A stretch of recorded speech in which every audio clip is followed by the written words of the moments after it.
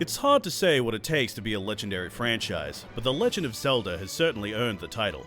One of Nintendo's most beloved franchises has a history of change, with almost every game bringing massive alterations, yet somehow maintaining legions of fans.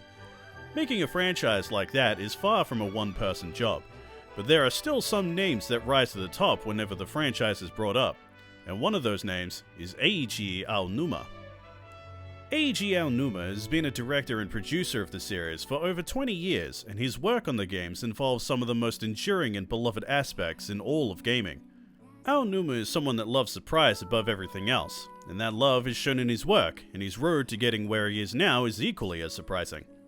This is the story of how a young man without toys became a craftsman with no experience with video games, only to then go on and become the producer of one of Nintendo's biggest video game franchises. And his story started 60 years ago near a carpenter's shop in rural Japan. Eiji Onozuka, later known as Eiji Aonuma, was born in the landlocked Nagano prefecture of Japan in 1963, surrounded by mountains and lakes. Despite where his future career would take him, Aonuma did not play video games when he was a boy.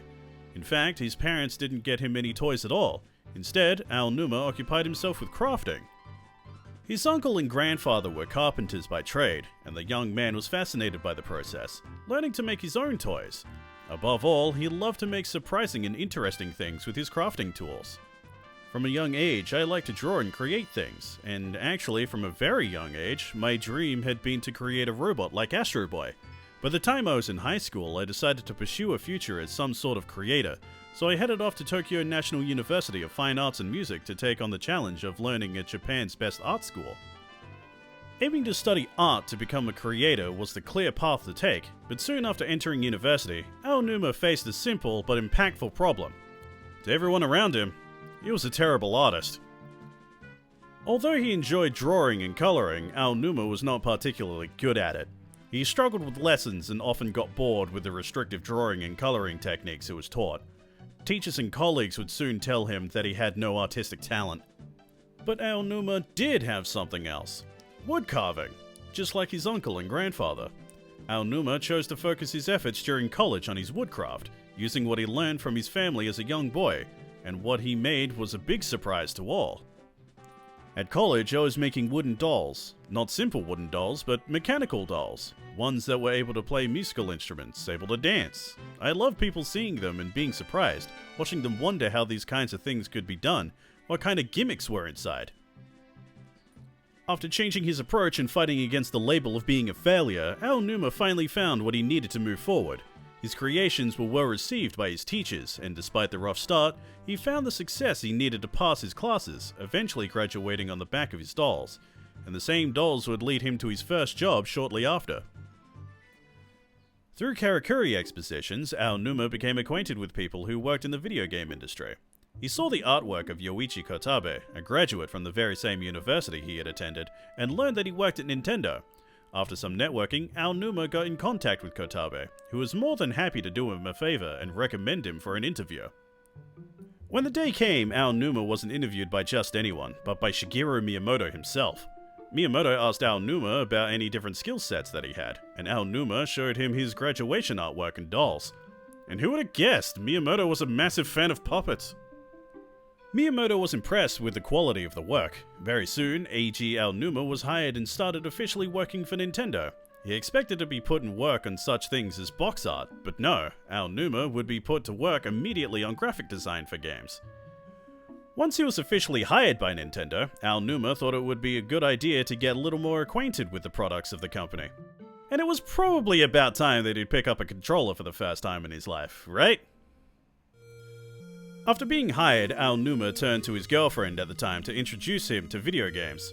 She lent him the first Dragon Quest game and coached him through the experience, guiding him through his first playthrough, and Aonuma fell in love with it. After playing more games, Aonuma found that he had a particular fondness for games that revolved around puzzles, discovery, and interacting with a story, like the Portopia Serial Murder Case series. Aonuma liked games that surprised him and made him wonder in the same way that he loved to surprise others. On the other hand, Aonuma was not so fond of games that require quick reflexes and spatial awareness, like the original Legend of Zelda and the Super Mario games, two that he couldn't even finish. Aonuma had what his girlfriend at the time dubbed slow reflexes, so hard combat sections left him frustrated. Even so, he learned to love the fun experiences that games provided. Many of the games that he worked on at first never made it to the production stage, with some exceptions such as the NES Open Tournament Golf, but he was getting more and more experience, even working with external companies on many other projects. Soon the time came when Aonuma started to work on his very own video game, and he was inspired by a particular game that he played at release and enjoyed immensely, and much to his surprise, it belonged to a series that did nothing but frustrate him before. It had recently been taken in a new direction, reinvented in a way that he enjoyed much more. That game was The Legend of Zelda: A Link to the Past. While the original Zelda games were unique, A Link to the Past was an entirely different beast. Players could pull and push levers, pick up and throw pots and rocks, crash into them to reveal caves, and interact with the world in all sorts of new ways. It surprised Aonuma and made him wonder about how things would react, which was exactly what he enjoyed the most. The influence of A Link to the Past led Aonuma to create Marvelous, Another Treasure Island, and Aonuma's first foray into creating his own game was a picture-perfect true adventure, where three kids with their own unique talents had to make their way to a hidden treasure before a crew of bloodthirsty pirates.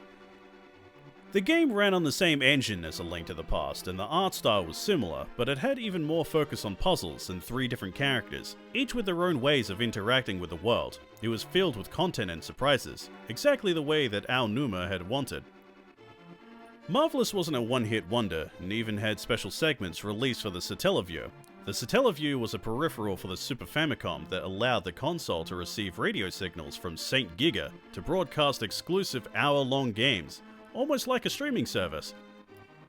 And if this is all entirely new to you, it's because the Satellaview was never released outside of Japan, and Marvelous was released at the end of the Super Famicom's lifespan, so Nintendo did not bother with translating it to other languages for the international market. But it would still leave a mark on one person who did play it, Shigeru Miyamoto. Miyamoto could clearly see how much Aonuma wanted to make games like A Link to the Past, and was more than impressed with the end product of Marvelous. Very impressed indeed. So after finishing the game, Miyamoto approached Aonuma with an invitation. The Zelda team was working on the next project, a certain Zelda game that was to be released for the next console, the Nintendo 64. Would Aonuma like to join them? Aonuma was very excited to join the Zelda team on the new project, but also was very nervous. The full team was composed of 10 people, and Aonuma was brought in as one of the game's 5 directors. It was an honor and an important position that Aonuma took very seriously. At the same time, he was a novice, and still very early in his development days. Not to mention, the presence of multiple directors was very unusual. And on top of that, Aonuma joined the project after it had already been going on for a while, which added an extra dose of anxiety. And the nervousness wasn't entirely unfounded. The development of Zelda for the Nintendo 64 was troubled and took a lot longer than most games at the time due to the entirely new hardware, works and reworks of concepts, and the difficulty of designing and programming in a 3D space. It was going to be a daunting task, and Aonuma was right in the thick of it. Regardless, Aonuma tackled his main task, designing dungeons. He was told nobody else could do it, much to his confusion. If nobody in the team could design, why would someone with little experience like him be chosen? That was one of the most important aspects of the game. But Aonuma had no choice but to put his head down, take a deep breath, and get to work. I joined the project to make dungeons. At that time, I just made whatever I came to think of. It was a kind of time that once you were in charge of things, then you have to come up with a result. There was nobody else but me who could make dungeons, so everything was up to me, so I got to surprise people as much as I wanted. Aonuma's dungeon design followed his creative passions, surprise, novelty, and interaction with plenty of puzzles and unexpected twists.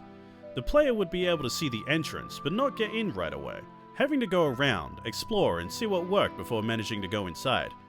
Aonuma's love for puzzles and his desire to surprise those who looked at his work was more present than ever. Aonuma also quickly found out he had a particular talent for handling 3D design.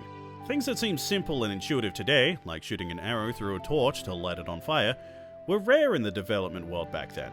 Not everyone could think in 3D space like that when it came to games due to how new the technology was, and yet Aonuma was quick to grasp it. The secret behind the skill? His dolls, of course.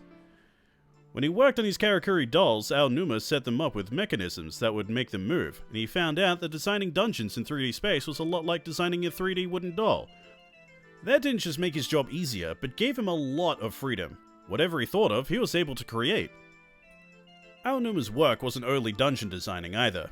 Role division was not set in stone, and because of his quick grasp of the 3D systems and inventive work, he soon became a game system director as well as a dungeon designer. He designed enemies, gameplay mechanics, characters, overarching themes for dungeons and areas, and even combat sections. Aonuma left his mark all throughout the game, in some of the most beloved and recognizable features of the franchise for years to come. And maybe some of the most infamous, too. Development had started at around 1995, but it was only 3 years later in 1998 that Ocarina of Time finally was released for the Nintendo 64, to unthinkable success. Ocarina of Time received enormous praise and positive reception from critics and fans alike, and became a true mark on gaming history. And over 20 years later, it still holds as a prestigious position as one of the few games with quasi-universal perfect scores, even receiving the first ever maximum score of 40 out of 40 in Famitsu magazine. To many people, it is, to this day, the best game ever created. But of course, that wasn't even close to the end. Soon after the release of Ocarina of Time, there were talks of making a Master Quest version for the 64DD, a disc-based add-on for the Nintendo 64. It would be a hard mode version of Ocarina of Time, with more content and harder reworked dungeons. Shigeru Miyamoto put Aonuma in charge of making Master Quest happen, since he played such an integral part in designing the original dungeons and was the best man for the job of reworking them. Shigeru Miyamoto told the team to make the game in just 1 year, and Aonuma took on the responsibility. But there was a problem. Aonuma and the rest of the design team had originally made the dungeons in Ocarina of Time to the best that they could possibly be. Reworking them felt wrong, and Aonuma's heart just wasn't into it. Doing the same dungeons again didn't have the creative spark, the fun, or the surprise factor that Aonuma loves so much. So instead, in his free time, Aonuma started designing entirely new dungeons by himself, and that was much more satisfying work for him. Aonuma gathered his courage for a while, fueled by his creative streak. He approached Miyamoto, asking for a change of plans. Instead of releasing Master Quest, Aonuma asked for permission to make an entirely new game. He wanted to create the sequel to Ocarina of Time, and Shigeru Miyamoto said, okay. So long as he could make it in just 1 year, that is. Aonuma had been given the go-ahead to work on the project he wanted, but it wasn't what he was expecting at all. So how did you respond when he asked you to make it in a year? Did you say, sure, I can do it? No, I was holding my head. Creating the successor to Ocarina of Time's massive success was already a daunting task, but to do it in just a single year, when the original took 3 whole years? Although Aonuma was the one that personally requested permission to work on the project, he was more than a little nervous. After Ocarina of Time, Shigeru Miyamoto had done away with the multiple director team format, so Aonuma would have to be the one in charge of the development as the sole director, which continued to add to the pressure. Aonuma himself said that he was out of his mind throughout the entire development cycle, and that he and the team he had put together, a mix of rookies and veterans, went into this project entirely unprepared. Because of his own nervousness at being the game's sole director with such a tight deadline, Aonuma went looking for help, and he got it from one person in particular. Someone who had been involved with the game that had gotten him inspired enough to dive headfirst into this whole mess. He went looking for the writer and designer of the team of A Link to the Past, Yoshiaki Koizumi. Koizumi had experience in film and direction, and he had a predilection for storytelling. Although he was originally meant to only help design the art in the manual of A Link to the Past, he had noted that there was a lot of empty space when it came to the story and writing portions of the game.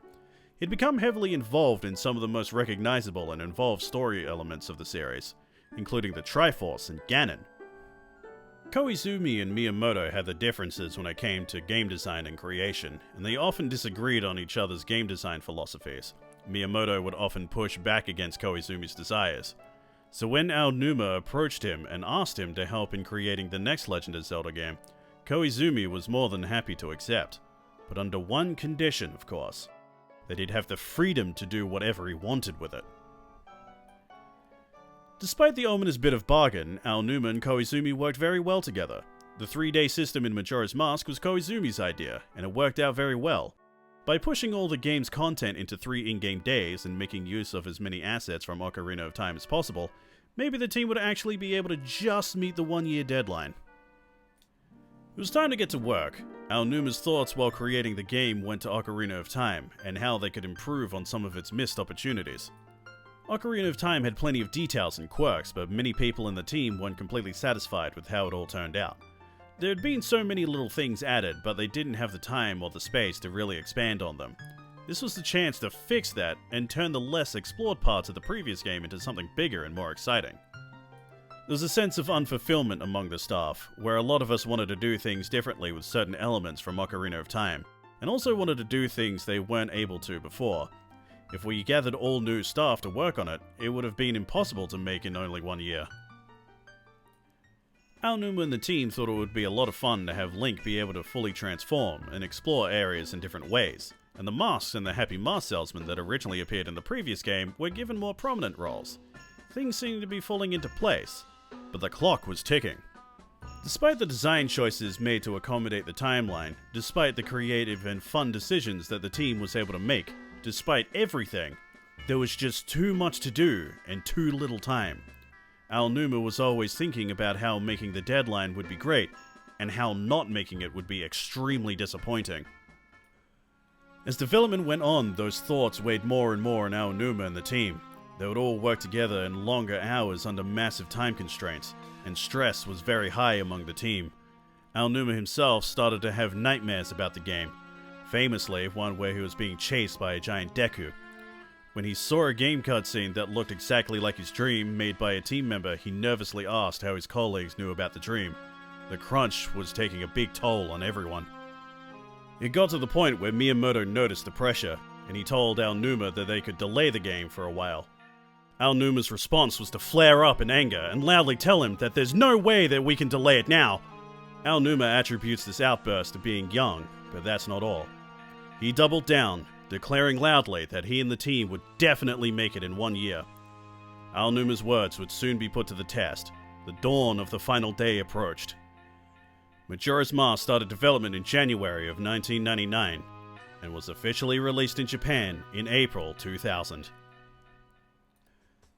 The release of Majora's Mask was a moon-sized weight taken off the shoulders of the Zelda team and Aonuma, and just in time.